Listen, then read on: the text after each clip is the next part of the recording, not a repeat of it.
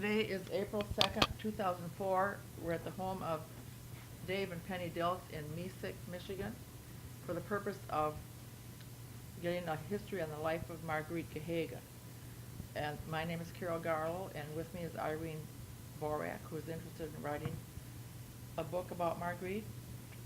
And Dave, will start with having you state that this tape will belong to the Roscommon Area Historical Society. Well, this tape will belong to the Roscommon Historical Society. Thank you. So, we'll have you, either of you, start with I'll let him. Marguerite's early history. What you know about her parents, if anything. Well, first of all, Marguerite's from Ohio.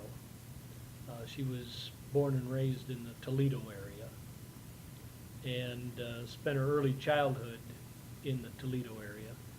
And her uncles and her father were very prominent figures in the standard-bred racing scene, which is the trotters and the pacers, as opposed to, that's where you sit behind the horse on a sulky instead of riding on a horse. And it's very big in Ohio and Indiana, and I think that's where they did most of their racing, was in Indiana.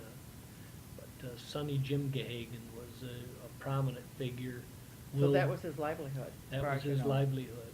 And Will Gahagan, one of her other uncles, was real big in the racing scene. In fact, we've got a big article on Will Gahagan here. It's devoted to him upon his death. But so Marguerite was raised around the standardbred racing scene. And I think they also, one of her, I don't know whether it was her dad or one of her uncles, was also in the newspaper business, because he wrote about, he was kind of a sports writer and covered the racing scene. And so I think that's where she got a lot of her initial interests in writing. In some of these articles, it talks about her family, and I don't know if it's this one. I think maybe it might be that she didn't come into that forum. I mean, there were people in her family, and that's probably why she With the newspaper studied. background. Yeah, Mm-hmm. that she studied. She went to school at the Ursulas in Ohio. At where? At the Ursulas, the Catholic Ursulas. school. Oh, okay. And she kept in contact with them. In fact, after she died, she donated money to them. So it was a very poor. She was Catholic, and she really was into her religion too. She, right up until they started getting, so they were hugging at church, and she had that osteoporosis, and I think they hurt her, and so that at that time is when she stopped going to church. Oh, no kidding. But Well, what year was she born? 1907. 1907. Mhm. So she was born in the Toledo area. And as Yep. far as we know, she was born in that Toledo. There was a story somewhere that some aunt had written, and it gives some information about Gahagan Corners in Ohio. It must have been outside of Toledo, was it? Do you remember that? I don't really remember exactly, but I think her roots were in Ohio. And like I said, she went to school at the Ursulas, and a lot of So this that you're was going the to get. college? That's the No, she went to the University of Detroit for That college. was the Catholic high school then? Yeah, Or probably grade school? elementary or whatever, and it was for women, I believe. I don't think, I think it was all women, yeah, yeah. And then she went to college at the University of Detroit. She was Irish, Catholic, and a Democrat, and not necessarily in any particular order. Very staunch in all three of those aspects. So what was her college degree on then? Was it in journalism? I'm pretty sure that it was, but I don't know that for, a fact. There might be, I mean, there's some, she kept the history about her. I think you'll find a lot of that information in here. Some of it I think is real factual, some of it I'm not sure about. And I don't know how you go about finding that, that out. Differentiating. Yeah. Except that you will probably see difference in some of these articles. she really, after she worked for the Toledo Blade. Well, let's go newspaper. back, let's finish. The Okay. education? Let's finish her family and her, school. Was she the only child or what? No, she was the oldest of 3 children. Okay. She was, she had 2 brothers that were younger than her. When she went to school, she told me this, in fact, so many times, is that when she never would have been able to go to college if it wasn't for some family that lived in Detroit, the Detroit area, and I think they lived in Bloomfield Hills. And it was an aunt and uncle, and she went to live with them and then was able to go to University of Detroit. And she said without help, you know, that's why she did scholarships and stuff, because she just, you know, she didn't have any kids, she never was married. And, I She just had think had that help was to her get way herself of to giving college. back, yeah. Mhm. You know, yeah, because she said she never would have been able to go, yeah, if it hadn't have been for Do you family. think her brothers did her brothers go to college, do you know? I don't know that. I don't know that. One brother worked for, I think it was, like,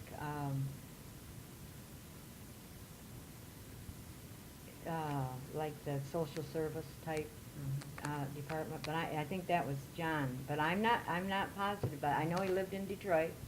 What were the And, brothers' names? John and Jim. And what were the parents' names? Joseph and Mary. For heaven's sake, no wonder.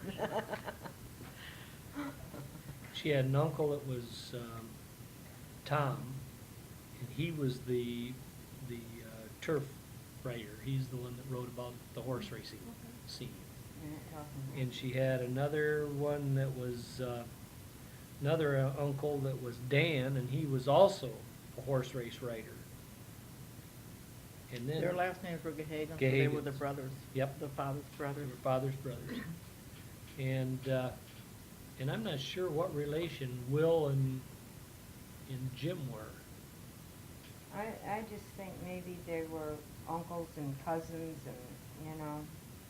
Because they were also big in the racehorse scene.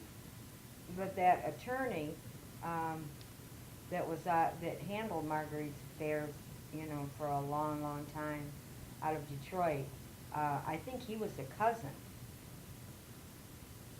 He Neil. married. Neil was. He married a Gahagan. No, Neil was a Gahagan, I think, wasn't he? His name was Neil I Hayes. have to look up, oh, that's true. His name was That Neil is true, Hayes. that is true. Nell, I had lots of conversation with him, Nell Gahagan Hayes, okay? and would be Marguerite's cousin. Okay, it's been a long time since I talked to Neil, because he died real suddenly. Oh, he's gone too? Yeah, there's not many of them left Mhm. that we know of. There's a couple of nephews, but that is probably someplace you don't want to go either. Okay, that's all right. Well, then, she came to Michigan to go to college. Yep. Yeah. Well, Toledo's only what? Then, well, just Not across the very border, far, but then yeah. did she stay in Michigan? What were her Yep. early work years then? Well, her early work years were, I think she went to the Detroit Mirror after she got out of University of Detroit. It's Detroit Mercy now. And she worked as a reporter in the Detroit Mirror, and I think the Mirror may have gotten purchased or consolidated because she ended up at the Times. There, it tells in one of these articles, that I don't know where I read it, that they went broke, I think. And then Oh, she the Mirror went, did? and then she went to work for the news, wasn't it? The Times. I Yep, knew it yep. wasn't the Free Press. It says here, the old Detroit Mirror folded, Uh-huh. and she went on to the Times as a society writer. Oh. That's where she got a lot of her,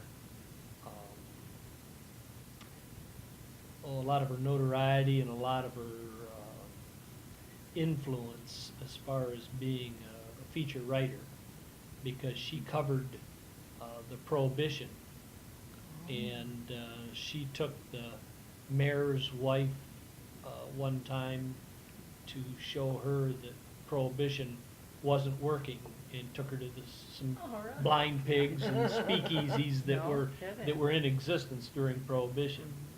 And she was quite a young woman. She really had a lot of influence. There's big full-page pictures of her in the newspaper, and she did a lot of undercover stuff. For example, she went into a detention center for women and did a story, and she went in under the guise of being a gangster's a mob person's wife, Oh, and no kidding. was sent to this detention center, and while in the detention center saw all of these examples of physical and mental abuse that was being put upon the people that were there, the women that were there. Inmates. And then she left there and did a big expose on that. No kidding. In fact, It's a wonder was somebody didn't get her for that. she was very prominent in the Detroit newspaper scene until, and this again is the good old Irish Democrat coming out in her, got active in forming the newspaper guild. And she was one of the leaders in getting the newspaper guild into the Detroit papers. And of course, when you get real active in the union, that you start suffering the ire of management. And so what they did was they took her off of all the feature work she used to do, the society work and all the good detail, and they put her in recorder's court. And so every day she used to have to go to recorder's court, and with all the pimps and prostitutes and everything that would come Oh, in to record, kidding. the kind of the dregs of Of society, society, yeah. and she would have to report on the comings and goings of those people. And she did that for, I think, about 12 years in recorder's court. kidding. And finally, she'd had enough of that Mhm. abuse, really. I mean, Mhm. was about what it amounted to. And she decided to quit and come north. Great. So like what year was that when she came up north, you know, or about? About 1953, something like that. That's what they talk about, and the first few years that she had the paper, at least I thought it was just a couple because it was so much running back and forth, because she always had her paper set up and printed in Roscommon. Oh. And so she'd go from Douglas Lake to Roscommon, you know, to bring that. Wow. That's and where she that's where first she- moved to. She moved to Douglas Lake up by Lewisburg. That's where, yeah, Or that's where Lewiston her and brother was. Johannesburg. They owned, a resort, or, you know, rental Uh-huh. on the lake up there. And, Oh, okay. her mother would come up with her, and, you know, I mean, her mother, she said it was very hard. Maybe her mother came before she left Detroit, because she would bring her up, I guess, in the spring, and then come back up to bring her home. I mean, she would visit her, I'm sure, in between times, but she said, oh, it was so hard to get her out of here when The mother wanted to stay. didn't wanna go back to the city, I'm sure. Uh-huh. you She know. was a widow by then, you think? Uh-huh, yeah. Wow. So, and I'm not positive how old her mother was, you know, I had that information, and I think we gave back to the family, you know, some family pictures and things like that, because it didn't, I mean, it wasn't important to us, Mhm. but it might have been to them. Mhm. And When you say so, family, you mean the yeah, yeah, well, that was their mother, and, they had two boys, and, I think it was Mike and Dan was the boys' names, but, anyway, Agnes had gotten a hold of me, so I could, you know, I knew where to get a hold of her at. Who's Agnes? Agnes was the sister-in-law that was Oh, married okay. to Jim. Okay. And she got cancer. I can't remember exactly when that was, but before we came over here. I mean, it was quite a while before we came over here. And so I don't know if she's living or not. She was still up in that area. So I can make more coffee. But anyway, no, that's just fine. I'm not drinking very much coffee anymore. It doesn't set well with me. But, anyway, Well, I the place gave, up we in- gave this stuff to Agnes. So the place where she went to at Douglas Lake. That was Jim and Agnes's. That was her brother's, Oh, okay. brother and wife's place up there. Well, where was she still living then? Well, I think when she used to bring her mother up there, she probably was still working in Detroit. Oh, But she okay. was only, as near as we can figure out, she was only 42 when she came up north and started that paper. If it was 53. Yeah, she was born in '07.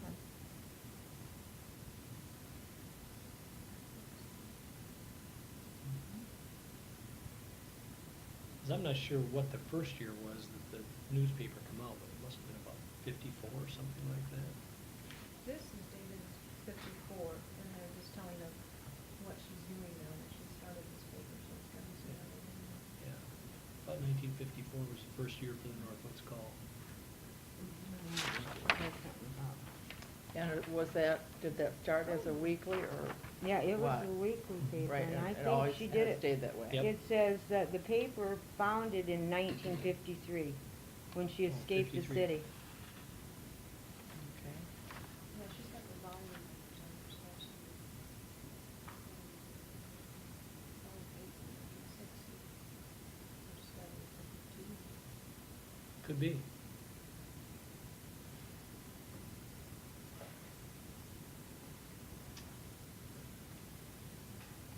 So know. she's in Detroit, and she's writing this Northwoods Call and have No. her.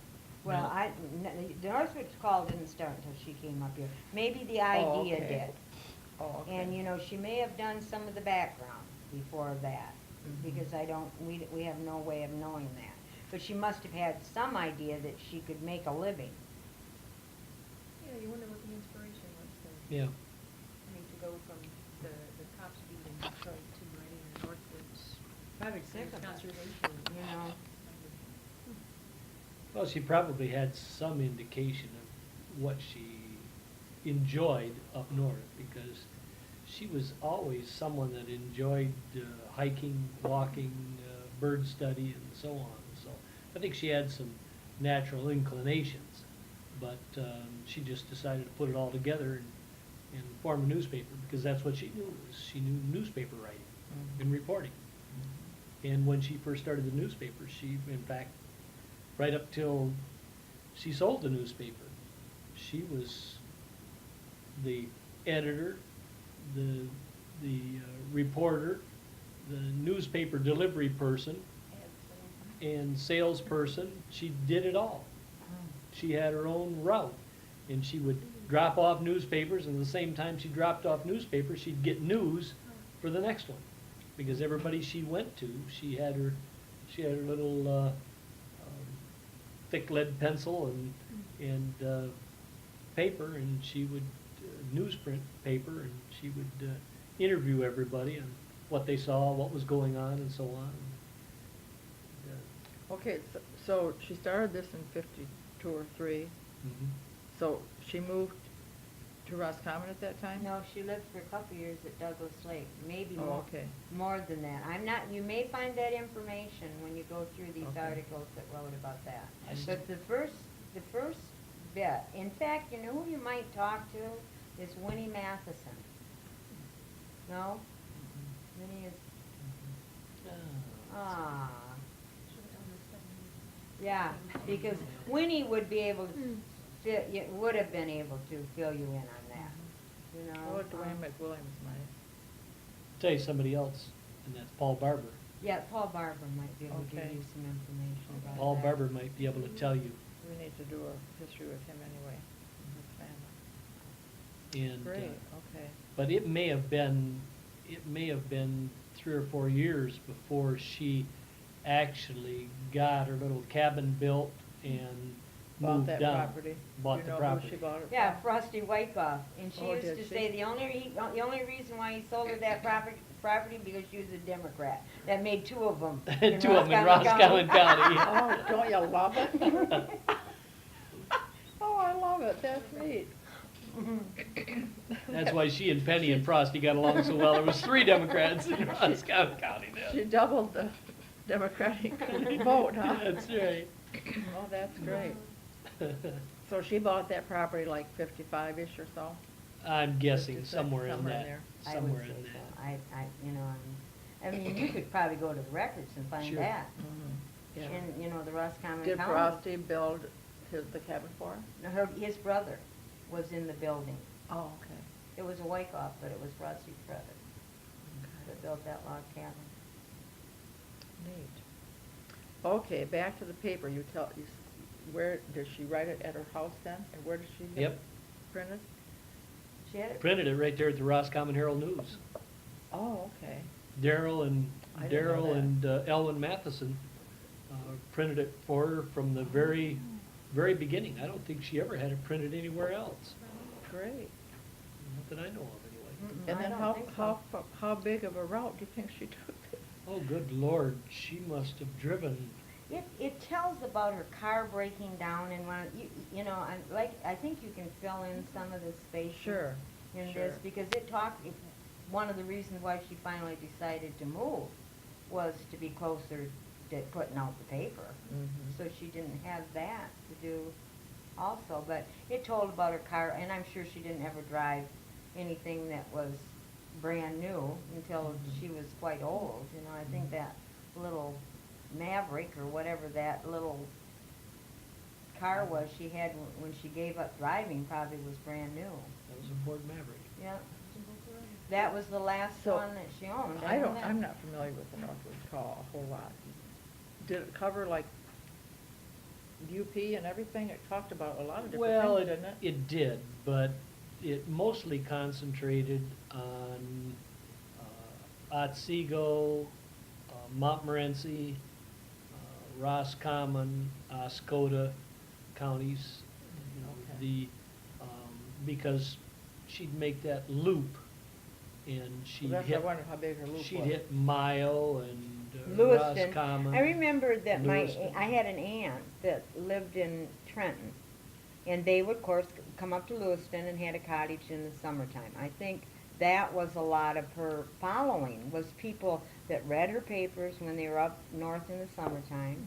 And she was a little bit, she really dug into things like the guard camp, and there was a lot of things that she really took it to heart and got to the bottom of things, And my aunt, I was surprised to find out, had taken her newspaper.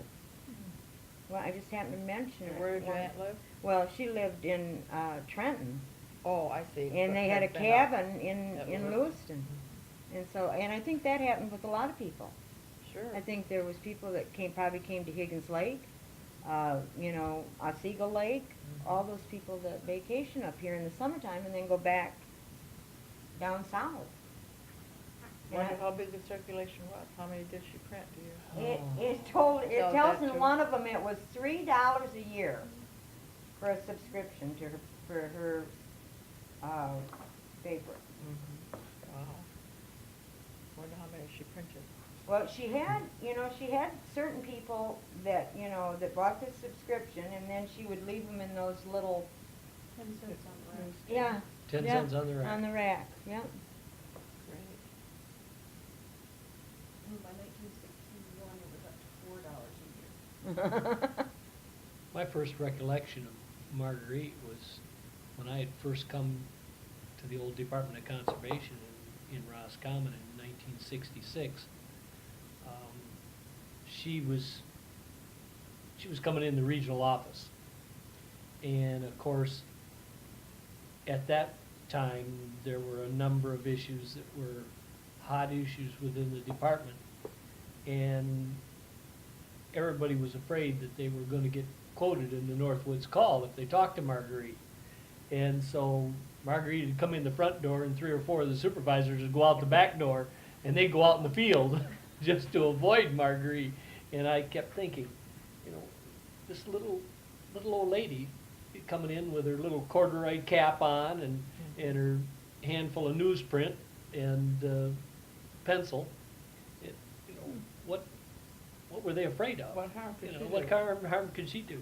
Well, of course, I was a naturalist at the time with the department, and so I had an immediate bond with Marguerite because my interests and her interests were very closely allied. So if I could tell her about migrations of birds and things that I'd seen in my travels, she would write She'd that all zero in on down, that, and that was sure. always in the newspaper about sightings in northern Michigan. So Marguerite and I had a very good relationship, and of course, living just around the corner from her, we became close personal friends of hers because we would go over and decorate her house for Christmas and put what was the name of the deer? Elmer. Elmer. Elmer was a big old buck that she had mounted in the cabin, and we used to put tinsel and stuff like that, ornaments hanging from his rack, and she always, it was certain things that she just had to do at Christmas Sure, time. sure. And put up her tree for her and decorate her tree and. Where is Elmer? I Pardon? don't know if he went with the auction or where Elmer is. I Yeah, have I no haven't- idea where Elmer is. He very well probably did. I suspect he went with the auction. Yeah, it's a Yes. guy. A lot of her belongings were auctioned off at the college. And, What year was that? The years, Mm. well, it was probably a year after After she she died, died. probably in the second year, because they kept breaking into the cabin, you know, and And there what year did wasn't she gonna die? be anything left. She was in Hilltop. What year did she Yeah. die? 1997 is what we come up with, I guess. I was thinking it was 96. Well, she was But 90. she was in Hilltop Manor when she died. She lived there, she was there for 4 years. Oh, very well. Yeah. Yeah. And she didn't like it very well. Well, that's You know, but understandable. that was, you know, it was very hard to do that, you know, and I It was the is power hard. of attorney. And she had fallen, and I took her out, she was bruised on her arm.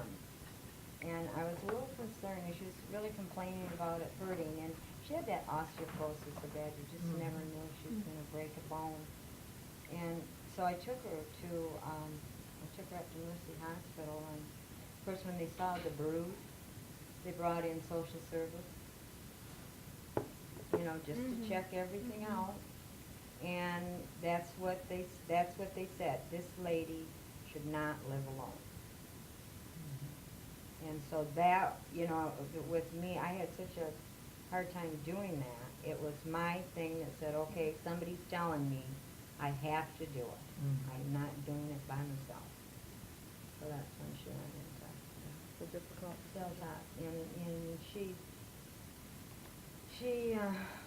I think she shut down, you know. Besides, she was having some senility problems, you know. She probably shouldn't have been on, and she smoked right up until the time she went into that nursing home. Oh, did she? Yeah. In fact, she was, when we quit buying her cigarettes, because I had somebody that checked on her and bought groceries and stuff for her, and as when it would go down there and she'd have a package of cigarettes, and she'd say, and she was smoking Durrell's menthol, and she'd have that pack of cigarettes sitting on the table, and she'd say, Durrell's, like she didn't know what they were, you know, D-O-R-A-L. I said, Marguerite, those are your cigarettes. Then I'd come down there, she'd throw them out to feed the birds, you know.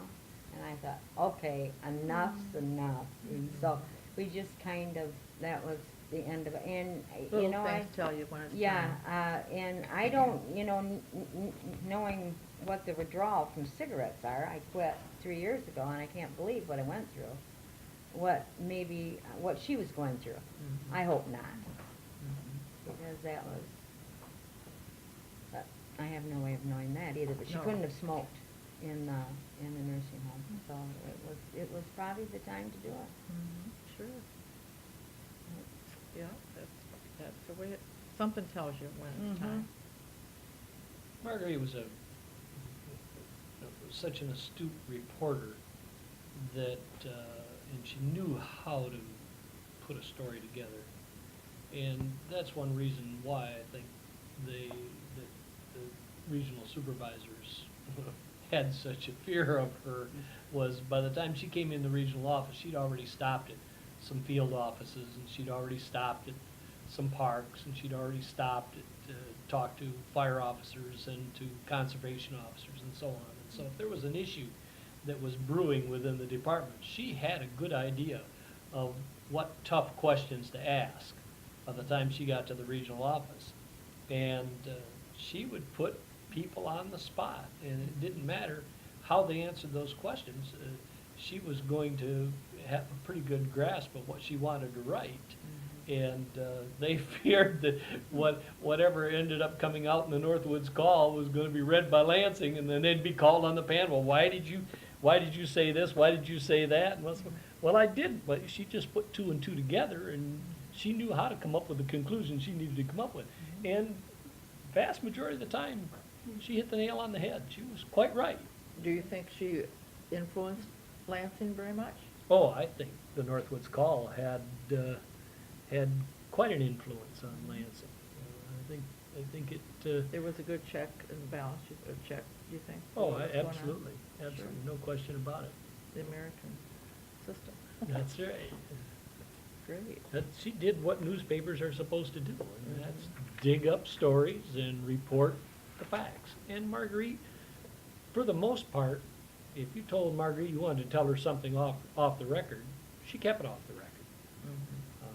But she might use it at another time in another context. And she was a very, very ethical reporter, and consequently, and a very good reporter, so that she was able to ferret out stories on just the very basic of information. And, that's what made her so good. That's why she got that award while she was in the Detroit newspaper system, working for the Detroit Times. She got the Haywood Brown award for reporting excellence, or excellence in journalism, because during the riots, I think they were in '43, the Detroit riots,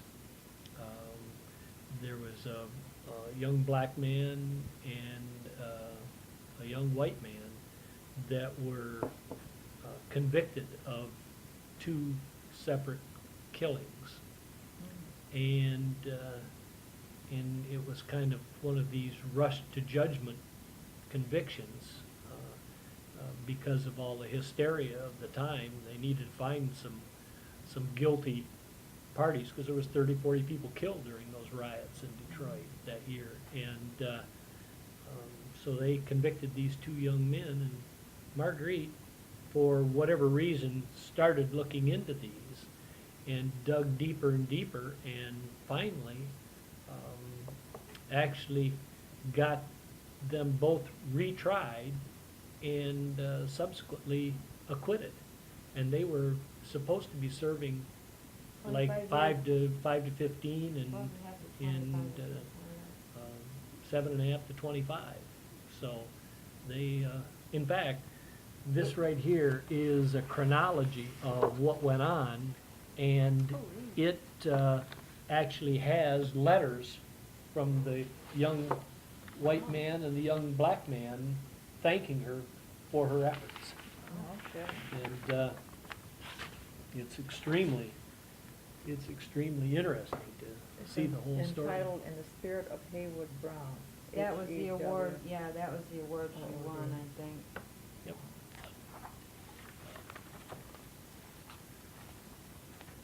In fact, this little piece of type was kind of a desk paperweight that she has, and it says, I have to read it backwards, of course, You want a mirror? American Newspaper Guild Special Award 1946, presented to Miss Marguerite Gahagan of the Detroit News for her outstanding work in the spirit of the Haywood Brown of Haywood Brown in winning justice for two youths falsely convicted of race riot killings. And she kept that as a, Did it go from Detroit Times to news then? Did you, I thought you said, well, I think it did. because I eventually. was sure that it was news that she worked for at the end, but I didn't know that. Did that say news there? Yeah. Oh, well, then it had gone from the Times to the news, because, Yeah, the thank you letter from the, he calls himself Colored Boy, was dated September 4th, 1946. mhm. Well, that's wonderful, isn't it? That was Fox, and the other one was Tranny, I believe. Aldo Cannon. Aldo Tranny was the young white man that was convicted. He was convicted of killing Wonderful. a black man, and the black man was, the black youth was convicted of killing a white doctor. And they were looking for someone to To hang that on. persecute, and they found two people in the area, and they made the assumptions, and only through her good reporting did she actually, There's a letter Get from this the retried. judge that she went to, that she just kept going to him and saying, I found this information, and finally she broke him down to the point where he thought he better look into it. And so he took the stuff that she discovered, and that's how they got a new trial. Yeah, his name was Judge Joseph A. Gillis, Gillis. And he ends his letter, I believe it was solely through the efforts of Miss Gahagan that a great injustice was corrected, and all credit should be given to her. Respectfully submitted, Joseph A. Gillis. Isn't that amazing? Who would know all this? See, it's a good thing we came over here. Gosh, that's incredible. Well, and it's all there, you know, I mean, that kind of stuff is, she kept. and this is all documentation we would like to have you folks take with you and have it donated to the Okay. Historical Society. Or we'd be honored to be. You know, there Yeah. might be several copies, and if they recopy some of those photographs, I'd like to Well, have we some can, of the we photographs, can do that very you know, easily. We do that a lot. Because lot of wait times- till you see them. People, if the families prefer to keep their photos, which they often do, we ask if we could just borrow them Mhm. and make copies and give the originals back.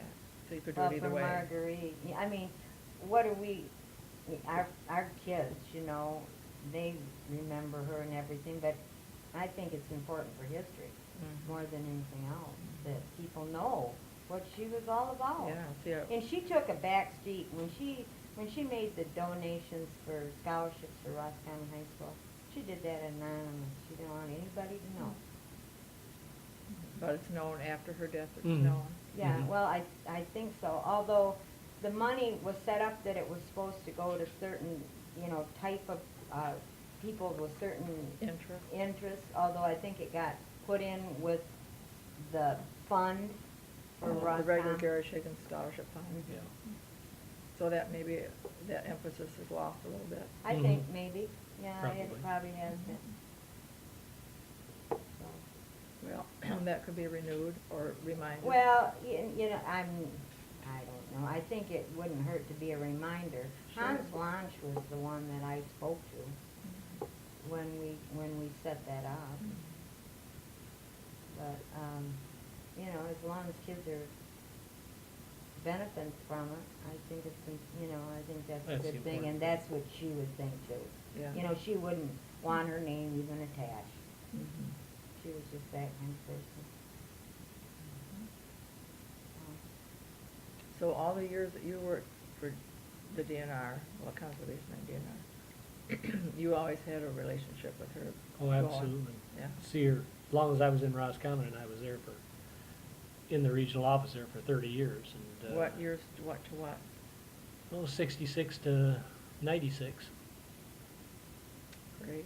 The first time I met her, I couldn't believe her, because he would come home and tell stories when he first met her Mhm. about this woman, about coming on the front door and the guy was going out the back door, and I just, you know, I just, you have this picture that you paint in your mind of what this person might be like.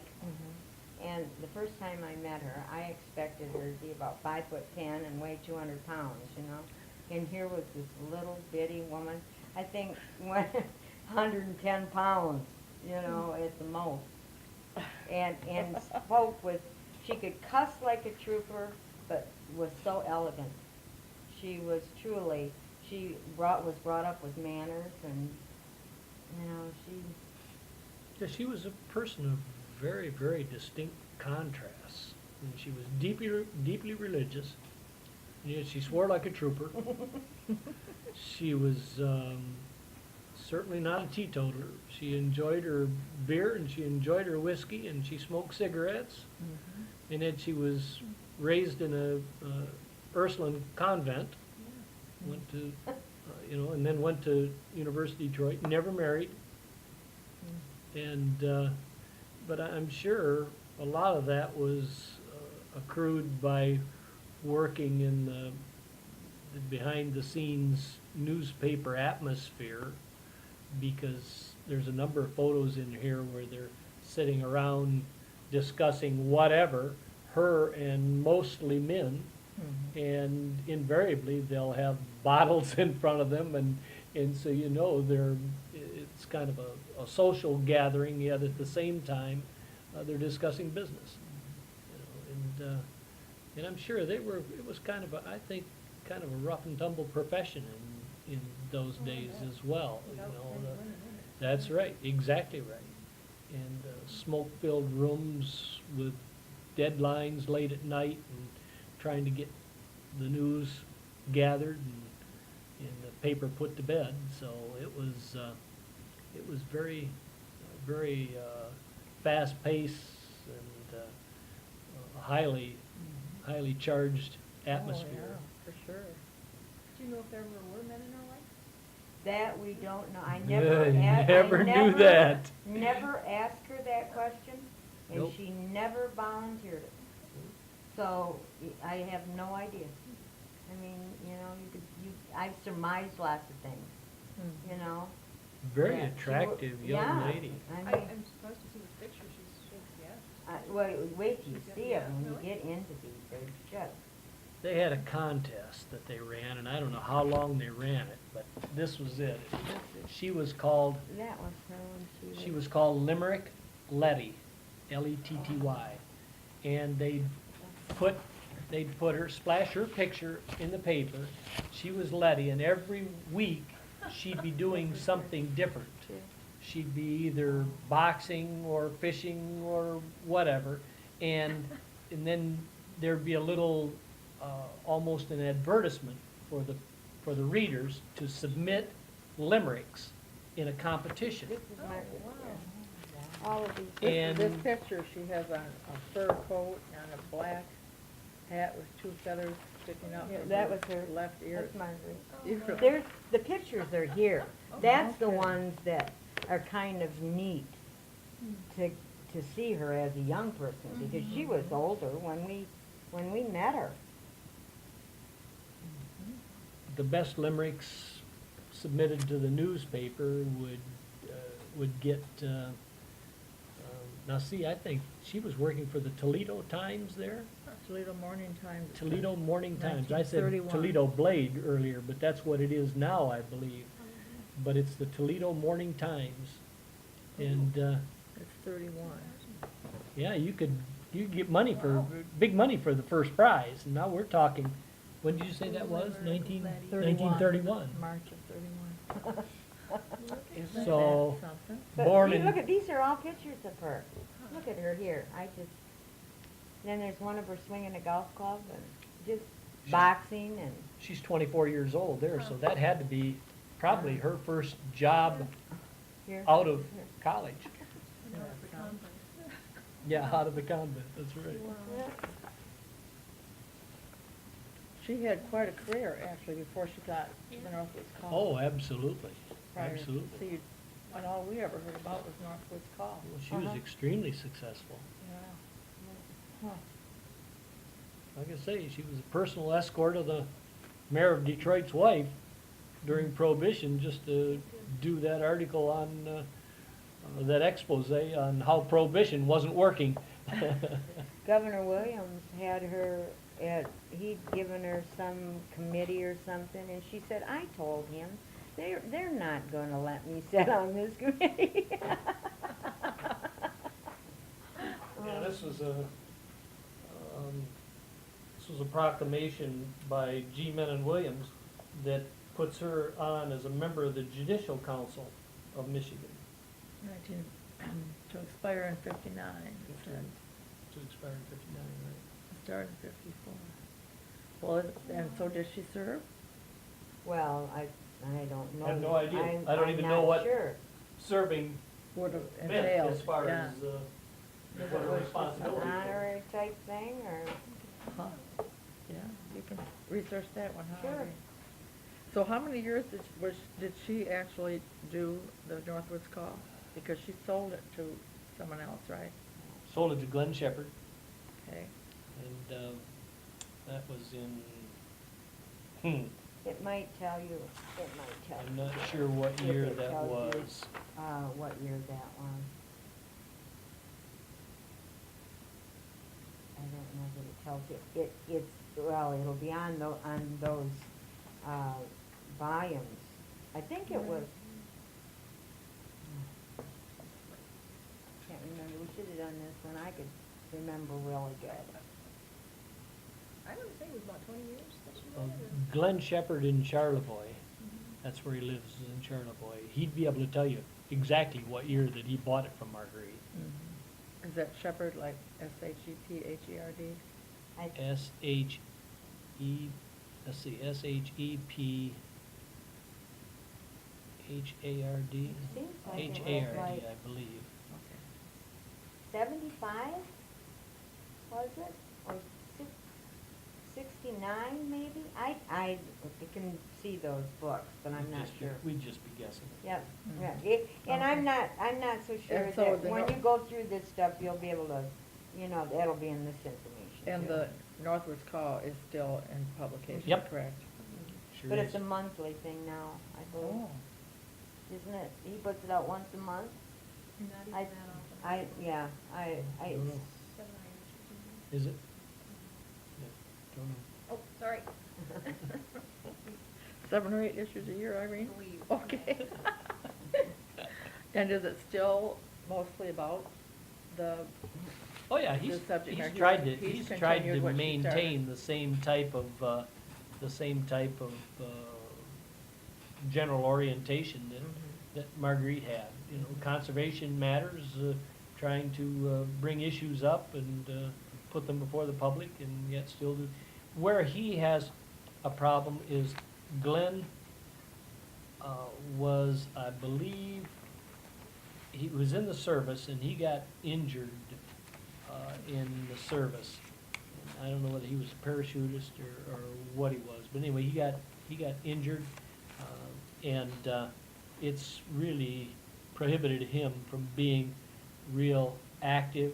So he doesn't get out and around. He does most of his reporting from his home through Oh. contacts by phone and so on. And so what the paper lost was a lot of the old timer stories and things like that that Marguerite used to go out and dig up by being out en route talking to people, and one thing would lead to another, and she'd find out somebody who was an old cook in a lumberjack, a lumber camp or something like that. Well, she'd go interview this person and find out the person had a lot to talk about, so she'd do a whole article on. The Old Timer series in the Northwoods Call was probably one of the most well-liked features yeah, that see, there was. that's our contact with it. We have, like, she interviewed the Gallimore's daughter, Edith Gallimore Barber, and she told about her childhood and way back, you know, and the same thing with this gardener story that I'm Mhm. looking for in the 1960 issue, was about the first gardeners that came to Roscommon County. And the series goes through a matter of like 6 issues of the Northwoods Call before you get the whole story. Sure. wonderful, it's wonderful history. Oh, yes.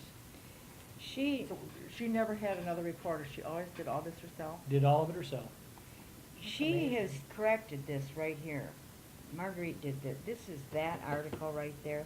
She's corrected that. Dan, and my glasses aren't working, but she has gone over this.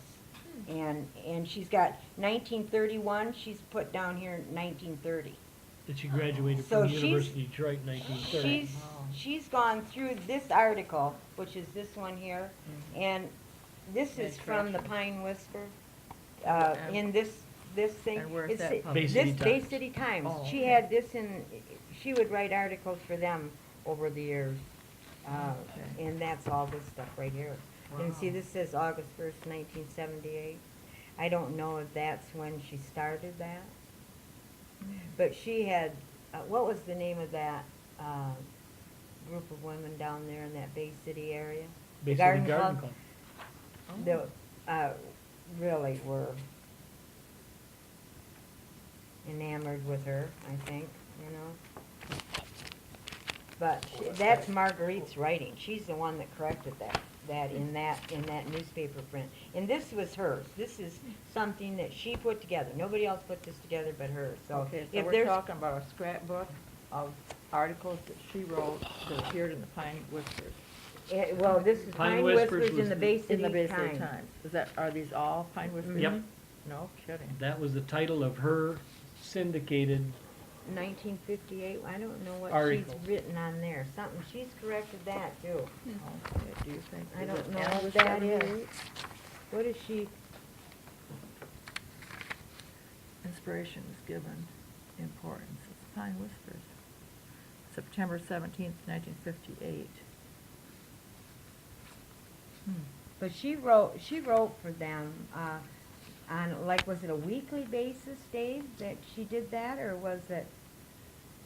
I would only be guessing, I Yeah. don't know. I'm sure you can tell by the dates on these things. You can go back to microfilm for Yeah. Bay City Times and But- you'll be able to see. She All of would, those. she would write about little sister, little brother, which were raccoons. Oh. And she talked about them in a lot of articles. And people would send her money. And I found an envelope in this, because she didn't need the money to help feed the animals. Mhm. But she had a little, for 1974, must have been income tax or something like that. And she'd saved that and she wrote what, you know, what she did with the money. That the people sent her? Yeah. Oh, really? Isn't that something? You know, they would just read and think that she needed help to feed all these animals and, you know. Wow. Kind of neat. Yeah, very neat. Yeah. Yeah, she talked about the little people a lot. Mhm. Yeah, the little Oh, people, yeah. that was, and you'll have to tell the story about Marguerite calling you that evening. No, she called me one evening and says, Dilts, she says, get over here. She was in a real agitated state. And I said, okay, I'll be right over. And this was fairly late at night. And so I went over. And she, little sister, the raccoon, she'd let it in the house. And it was in the house, and it curled up on her lap and started giving birth to baby raccoons. Oh, my gosh. And so No here she kidding. was when I got there with a lap full of little raccoons. Oh, isn't that amazing? For Isn't that for something? raccoon to be that comfortable with it. Yeah. Oh, yeah. That's what she Well, would she do. fed it. Wow. She fed it. It would come to the house up on the Okay. steps on a regular basis and would be fed out of a bowl there. And so she had basically semi-domesticated the animal. She never kept it. It was always lived in the wild, but it would come for its regular feedings. And so when it sought a place to have its young, it felt comfortable and went right inside the house and climbed right up in her lap and proceeded to That's have young amazing. right there. So what did you do when you got there? Oh, we just cleaned him up and Oh, I tried thought- to, You tried didn't to. take a picture? No, we didn't take any He didn't pictures. even know why he was there. No, I didn't know why I was going there to begin She with. wanted to witness. Yeah, something. she wanted a witness, I guess. Well, she probably didn't have too much to do with giving birth to anything, you know? I'm sure it was, but I remember Well, she going probably to, wondered what the mother was gonna do when it was all over. Oh, yeah, well, Jeez. we had a box and, some How old, many babies some were old there? claws. Well, I have no You idea. don't remember how many I there don't were? remember how many now. In fact, I don't even remember whether I She stuck probably around for wrote the full about it. event. She probably wrote about it. Yeah. It was How probably. long ago was that? Were you still in Brookside? Yeah, Yep, yeah. yep. Oh my God, that is a story. But we used to go down there, I'd go down there, whatever, to check on her. But she went through a period of time that, when she needed us, is when we were there, when she was a little bit younger, you know. But I can remember going down to the house and having the tree, the Christmas tree, laying on the floor. And she'd say, I set it up twice, I'm not doing it again, the raccoons just take it down again. And so she would let, they would climb the tree and knock it over, and she just decided to leave it So laying you- on the floor. Do you think she had them in the house like daily? No, I don't think so. I don't think daily. But And I whenever, think it but probably Occasionally. was that one Occasionally. raccoon, Yep, you know, there was one raccoon, but over a period of years, it was always little sister. All raccoons was little sister, little brother. Oh, okay. You know, I don't think, you know, I have no idea how long that raccoon lived. no idea. Isn't that something? Had the babies on her lap, it's amazing. She kept a gun right inside the door, right behind the front door. What kind of gun? It was a 22. And she had a big cowbell as well. And whenever she saw a hunter come on her property, she would go out and ring that cowbell, and if she had to, she'd shoot that 22 up in the air, and she'd curse and let them know in no certain terms were they supposed to be on that property. So I don't think very many people ever trespassed on her property more than once, because Probably not. she was pretty irate when that happened. And yet she was not an anti-hunter by any means.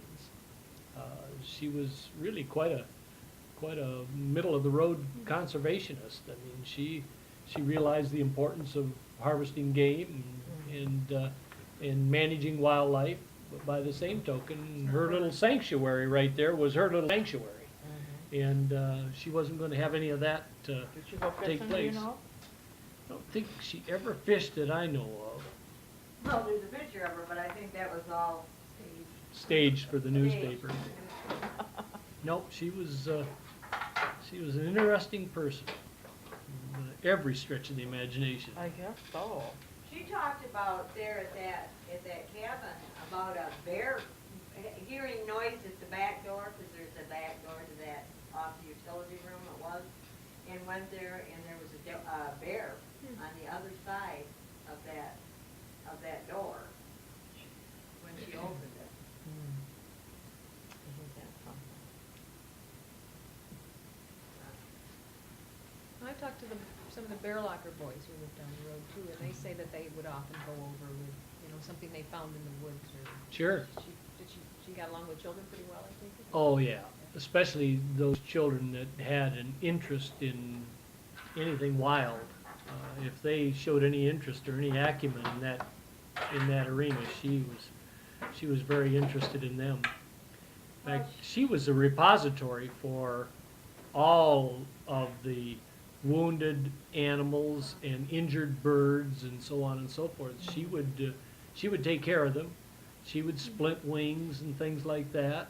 And I remember taking a great blue heron that was injured over to her, and we put it in the garage, and we put a pail of water in there, and unbeknownst to us, the bird had been shot, and shot with a shotgun, and so it was a lot further along than we had thought. But I can remember her writing the article about how that bird hunted right till the very end, because she had gone out there the next morning and the bird was dead in the garage, but it had speared 2 mice and drowned them in that pail of water No kidding. during the night. Wow. And so it was still doing some hunting right up till the very end. And so she had all kinds of experiences, of course, Yeah, because yeah, sounds good. people would bring all sorts of songbirds, for example. If there was ever a songbird or something like that around, people would seek me out or drop off at the office. I would take it to Marguerite, and she'd care for it and feed it and so on. And quite a number of times, they managed to survive. Was she actually licensed to do that? I mean, No, yeah, no, there I was think no, anymore. yeah, there was no licensing or anything at that time. We just, yep, did what you could. That was it. Then any birds that hit the window or whatever, she would put them in a bag Yeah. and bring them to Dave, and he would use them in the exhibits in the state park. They had a lot of them. Make study skins out of them for our outdoor centers, and so we were always the repository for dead animals, and she'd pick up roadkills or whatever was in her route and say, "Here, I bet you'd like one of these." And I was scared to death of birds, so when I'd see her coming, I knew usually what it was. Oh, How does she feel about Uh-huh. cats? Oh, that was one of the things the 22 was for. Yeah, she'd jump out of her chair and issue some type of expletive and run to the front door, and if it was a cowbell, it was usually a cat or a dog or hunter or something like that. And if it was something that reoccurred very many times, as a feral cat or something like that, she also had the 22, but Was she involved with Kirtland at all? That you know? not. No, she didn't get involved with very many outside endeavors. She was a relatively private person, other than going to church there at St. Michael's. That was about the extent of her outside involvement. And that was church on Sunday, and it was every Sunday, too. She was a very regular attendee of St. Michael's. Well, I sure am amazed to hear all of this background from Detroit. That's amazing.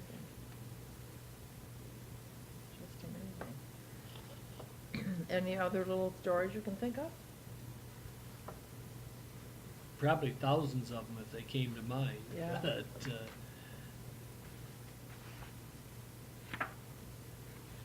Are you gonna label these pictures for us? If they're not labeled, it's pretty hard to, some of them are. Yeah. If you'll see, now these I think are, these are copies, I believe. I think there's more, but here, now this is very cute. Miss Marguerite Mary Gahagan, so her name is Mary. Intrepid spelling bee editor of the Detroit News presents Southern Exposure as she takes off on her first airplane flight, accompanying the spelling champion to Washington. It's a picture of her behind as she gets into an airplane, says the Detroit News on it. Okay, and then she wrote something, that's Marguerite's handwriting on the Oh, back. Glenn Gahagan. For She Washington. evidently thought that looked like she had a very big derriere. Yeah, isn't that cute, 1940. She's standing on the wing of the plane getting in. Isn't that There's a something? picture of the, I think this is maybe part of the spelling bee thing, yeah. it is. 1940? Yep, the They're in bee, front it of a- says on it. They're in front of a radio microphone, Mhm. and the boy has knickers on the child. Oh, I found a That's really very neat pretty. picture when I was looking through this stuff to see if it would jog my memory any. Oh, she wrote a book too. Oh, And tell this us about is the that, book. Penny. This is the book. It was published.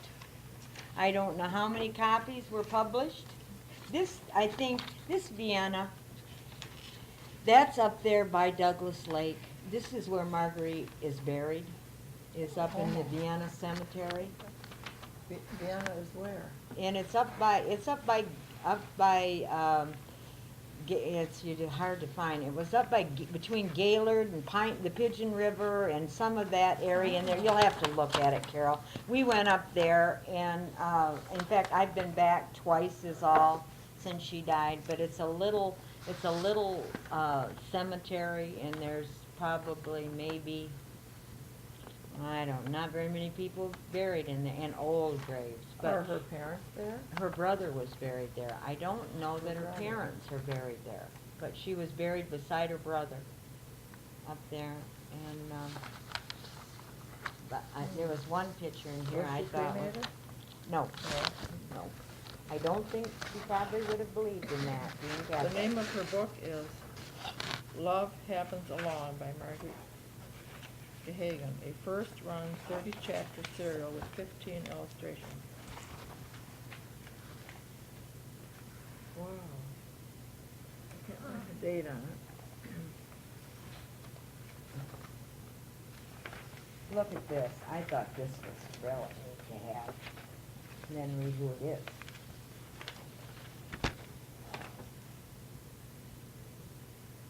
Oh, right. Who See, is that it? was probably when she was covering the society page, the Ford children. Tell us who it is, Irene. It's a very large picture in the Detroit Times of, the company reads, two of Detroit's most prominent young equestrians are Billy and Josephine Ford, children of Mr. and Mrs. Edsel Ford, who enjoy brisk canters at the Grosse Point Riding Club. And there's an article that underneath it. Oh, no. Doesn't look like that's related. This one is, this was with that. It's a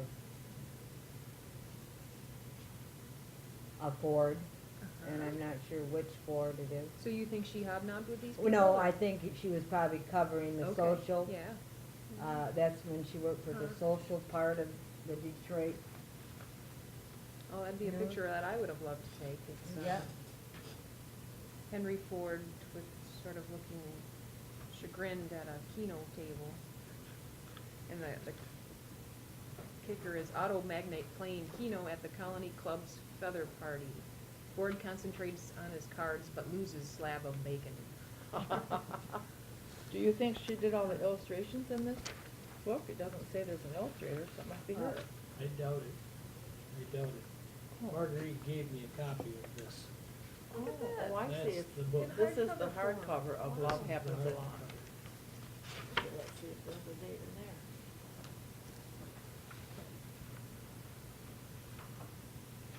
Nineteen 39. You can So write that she on was there if young, you want to. right. Look at that. Copyright 1939. Well, for I'm gonna be heaven's looking for sake. copies of those, I can see. Uh-huh. I say I'm gonna be looking for copies of those. Get on from your now little Oh, you eBay. bet. Get on your eBay and you'll find it. That's great. Here, something. Oh, I'm sorry. But that was just in the back. That Ford I thought was quite That is amazing. amazing. Yes, it is. Did we put that back in here? I think I'll put that back in the back of this. This? No, this picture of the Fords, let's put it, because that's where, you know, it's been there for a long time. Now, what is that you have in your hand, that black? Oh, that's That's that the Limericks thing. Limerick Letty book. That is And these wonderful. pictures, So she put that scrapbook together more than likely? Must have, must have, Probably. I'm sure. but I'm sure I she- see in this book, here, it's more of the same, but I'm thinking this is how those pictures of Marguerite appeared in the paper. This must have been a really young Marguerite. It doesn't have I don't see a date on it, but, here's that was that thing from the track that, when he was honored. But see how these have all come apart? But I think these were probably how they appeared in the paper. Yep. Oh, sure. Like this, they're all, but here she's playing the Oh, that's piano, awesome. and this one's golfing and fishing and With the horse, horse. with the horse here. Fishing. She worked for the Mirror when did these take place? Somewhere in the 30s. So she was probably in her mid-20s when that limerick contest was taking place. Yeah, here's the picture. That- Yep. that was taken See, you It's can in the back. definitely tell. from- Excuse me. I'm sure it tells in that. 3-column layout, page 1. I'll put that back where it goes there. The blue is kind of dried up. Well, that was quite a deal, this limerick lighting business.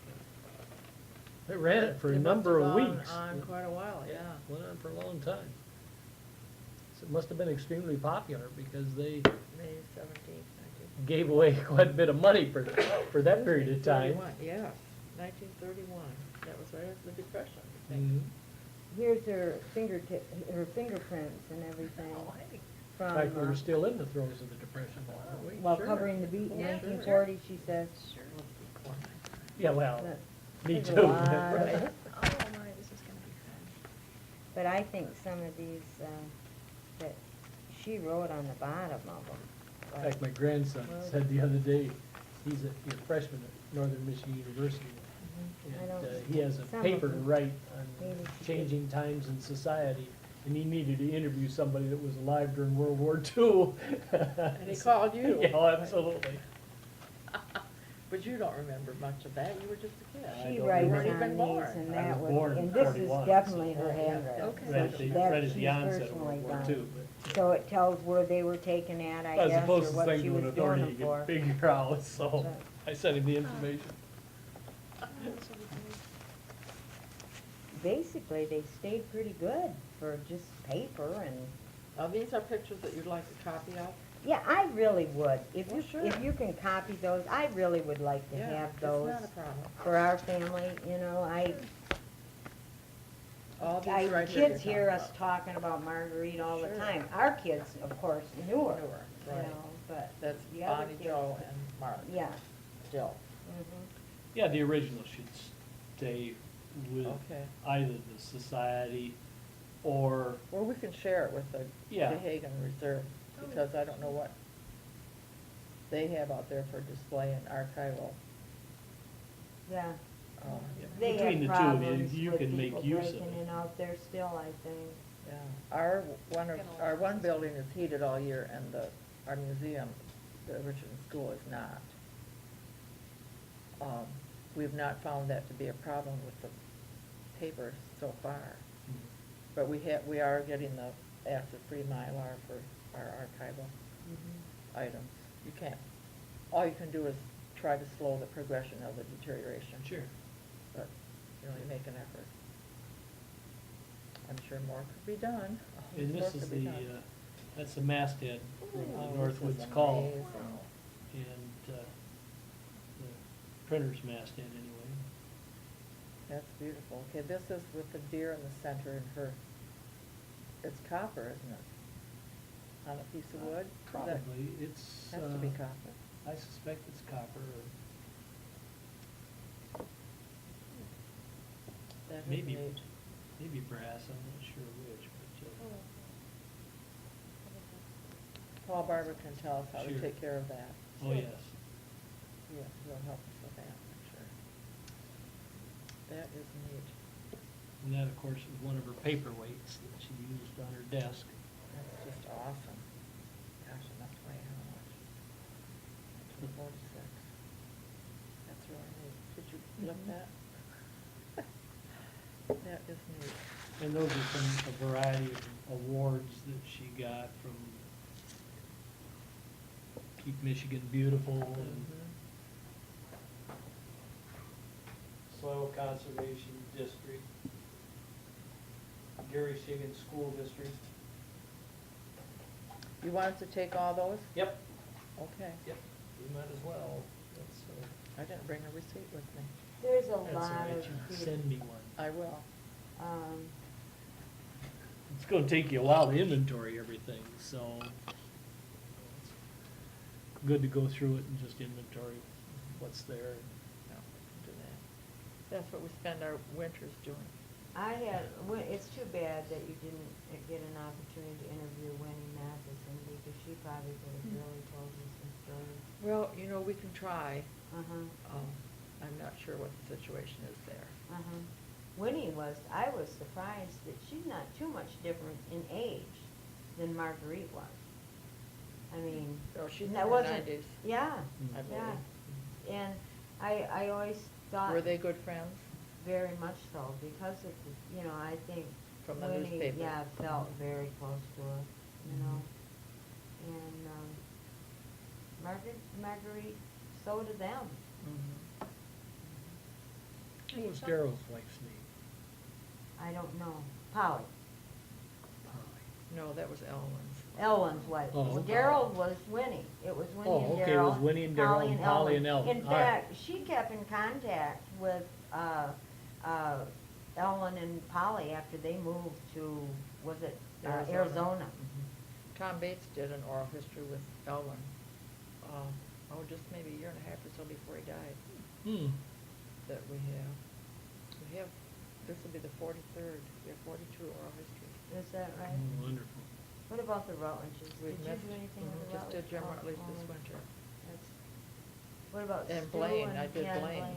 Blaine gave us a really good, that's the one, because his voice was so strong, I didn't use the microphone or this little thing.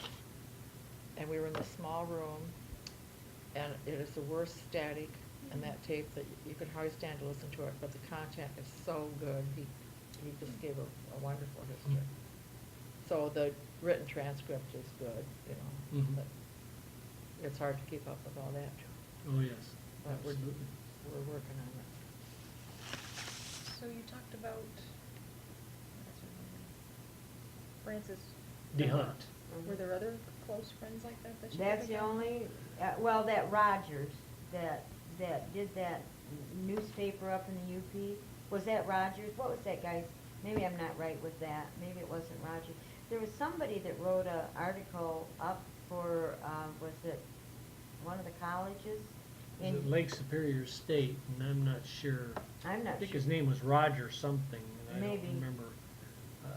I think Roger was his first name. But she used to write, he would get a hold of her and she would do another article for him for up there.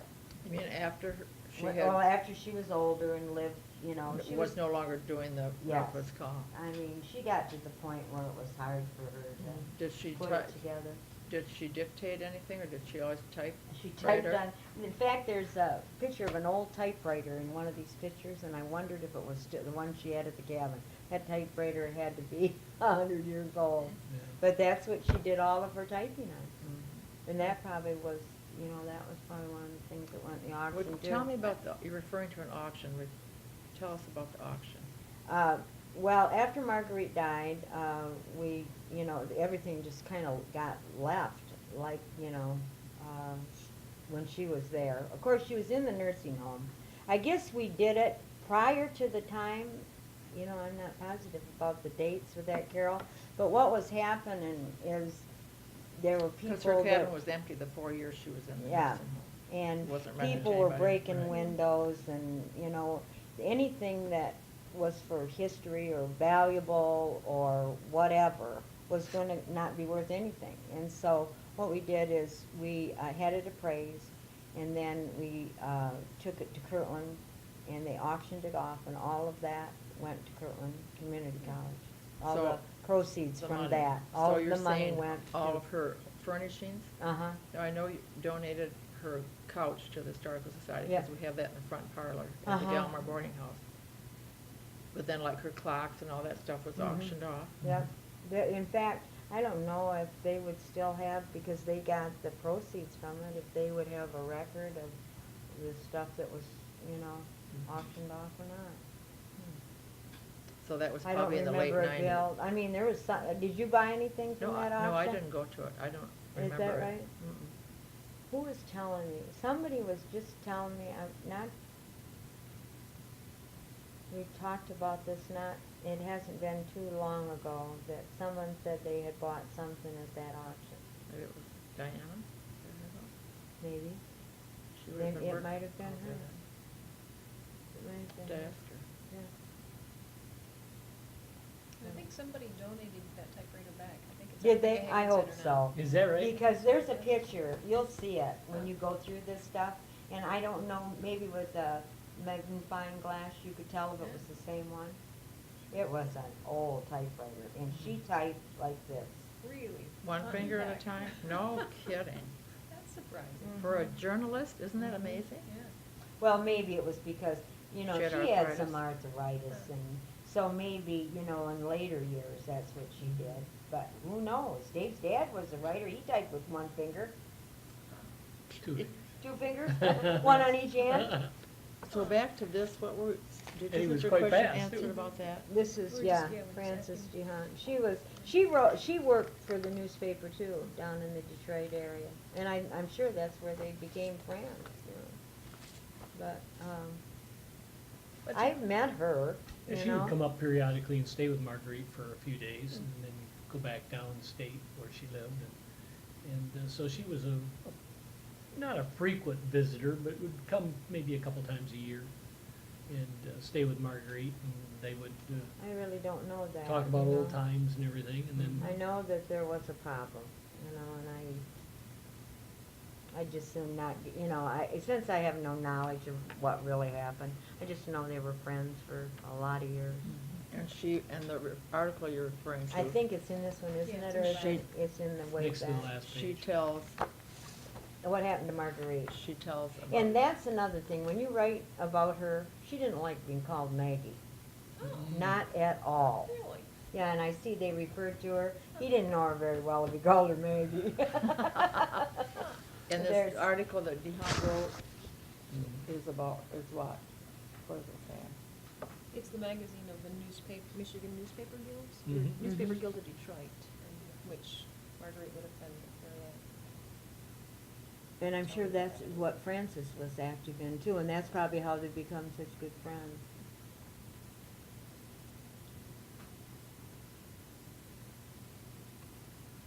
No, she took exception to being called Maggie. Her name was Marguerite. She preferred to be called Marguerite. Yeah.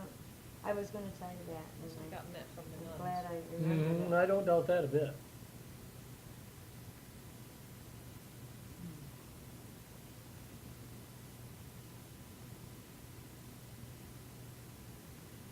She does not get phone calls. Isn't that something? There's no phones up at Douglas Lake where she's writing. Drives miles to get a story.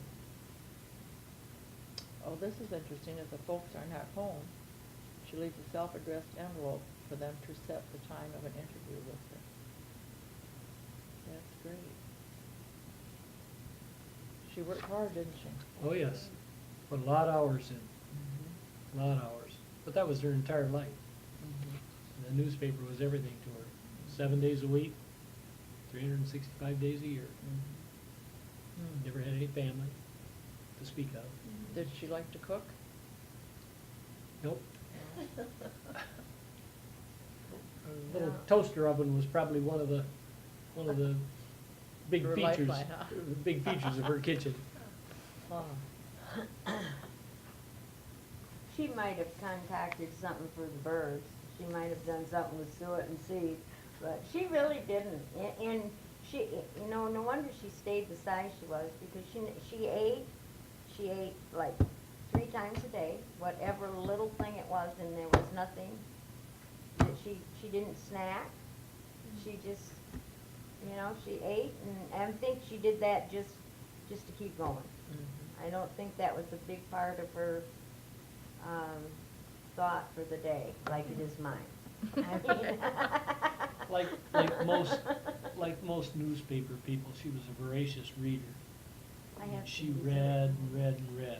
She read, people would send, because she was in the outdoor writing field, they would send a lot of prototypes for books Oh, really? to her, and she would Did she read have them. quite a library in her home?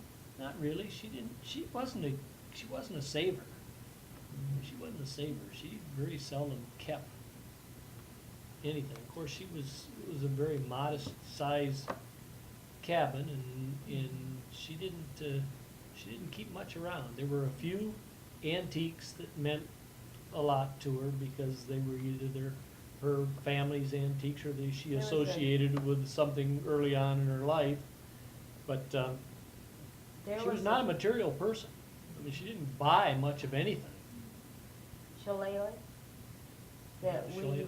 yeah, we packed that up and sent it. In fact, there was some history of the family, and we sent that to one cousin. Was that with East or something? Yeah, What- What are you It was talking about? Marguerite had, he was talking about things that she valued, and there was, like a, Like a walking stick, a shillelagh, Oh, yeah, I didn't know what an that was. Irish walking stick.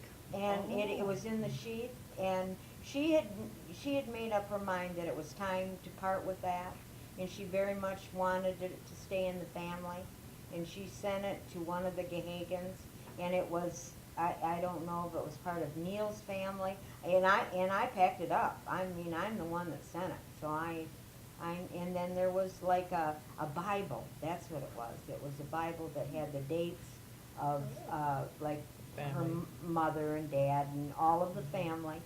And she sent them, she sent that stuff all at one time, so it could be kept and they would know what was going on for history Mm, Sure. purposes, I guess. Sure.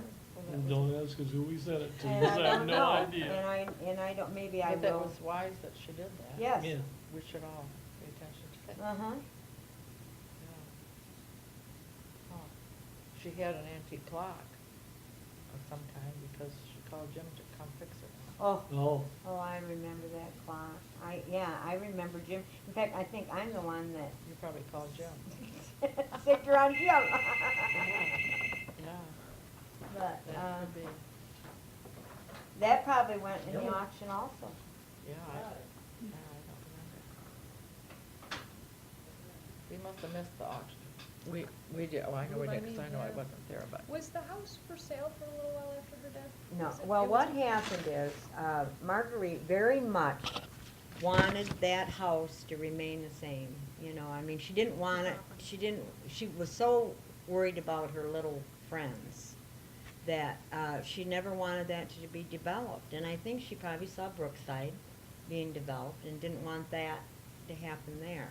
And so she tried to give it to the University of Michigan, she tried to give it to Michigan State University, she tried to give it to the Writers Guild, she tried to give it to Central Michigan, and there wasn't enough property there.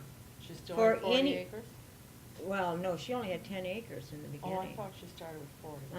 There was Oh. only 10 acres there that the house was on. And, anyway, she couldn't get anybody to be interested in it because it was small. And besides, you know, to maintain it, the value wasn't there. And so, it went up for, what we finally decided to do, because she really bugged Dave. She wanted, she wanted that taken care of before something happened to her while she could still take care of So she was it. still living in it when this Oh, was yeah, occurred? oh, yeah. Okay. And so she talked to Dave, and what they ended up deciding to do was to give it to the state of Michigan.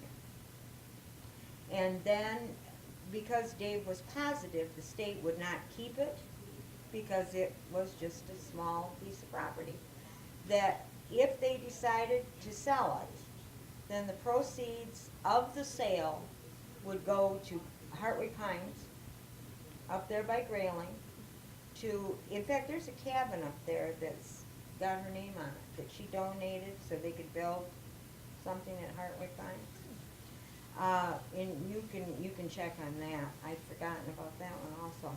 Anyway, that's how they set it up, and she was content with that it had been taken care of. So, we went to the first, when it came time for the state to do something, as far as they were gonna sell it, and then the proceeds would go to Hartwick Pines. I went to the auction, and there was no bid on the property. There was no bid whatsoever on the property. Where did you have to go for that? They held it out at the regional office. They Right there in publicized it, Roscommon. and there was more than one auction going on at the same time. I think there was some property that was being for sale, 4 Mile up there where all that is built now. Anyway, they didn't get any bids on it. And it was their idea that they would put it up for a bid again. They wouldn't accept anything less than what it was appraised for. And it was the house and the property, I believe, was appraised, and I think Sherry Varner had something to do with that appraisal. Anyway, it was appraised for like $50,000. And, at this point, I mean, Marguerite had passed away. This was Oh, after okay, so she this died. is the late 90s. Before they, put it up for auction, Marguerite had passed away. But, anyway, we went to that auction, nothing happened. And they were gonna put it up for auction again, and before that happened, that's when, John Rozek and them got in to give it to Roscommon, it wasn't the Historical Society, No. it was The Metropolitan, yep, that's the one. And then it went from there to be what it is now. He got that to happen. They gave that, and then they got the property across the road that the state gave to them so that they could make it part of all of that Gahagan preserve. How much is that? How much property is It's either that? 30 or 40 acres now. Yeah, they bought 10 off of John Rouse and Kisbeck. So that made it Oh, 20, okay. And then 10 that across made it the 20, road. and then whatever they got from across the road. So that's how Great. that came about. I remember hearing that story Uh-huh. when I came back and just kicking myself that I could have had that. Yeah, whole well, 10 you know, acres there for was other 50,000, people yeah. that had no idea that they could have bought that piece of property for that, but there was not one person that put it, and it wasn't that they didn't advertise it, because when the state does Oh, things yeah. like that, they advertise it. But see, it was meant to be, as far as I'm concerned. Mhm. Everything happens for a reason. Mhm. And she would be so happy to have, To see what it is to today. see what it is today. Mhm. She really would. So, and a lot of her money has gone into that. Oh, okay. A lot So, of Marguerite's money. since the state didn't have a seller, did they just They grant it? deeded it, yeah. Deeded it over to the Roscommon Metropolitan Authority? Mhm. Great. And you I should be didn't able know to how find all that went. information right there locally. Well, it's easier if someone just tells you. Yeah, well, if you can be sure, that you're getting the right story on the dates and stuff. Right. Well, that's really something. So after she sold the paper, is that pretty much the income she lived on, or the? Yeah. the money? Do you Yeah. know how much she She, sold that for? no, Dave might know that. Because I think there was some haggling over that price, wasn't there?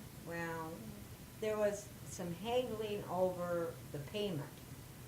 Right. He didn't get, I don't know if he The was subscriptions that went with it? financially set to buy the paper, but I think she ended up hiring a lawyer to get her money. I think there are some articles on that, reporting on that situation. And I don't know the details of that. But Glenn Shepherd is the man that bought the property. The Bought the paper. paper, Mhm. yeah.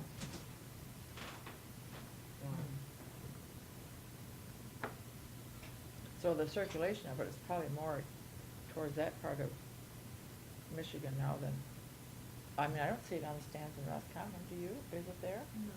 I don't think there's very much in the way of Circulation. on-stand sales.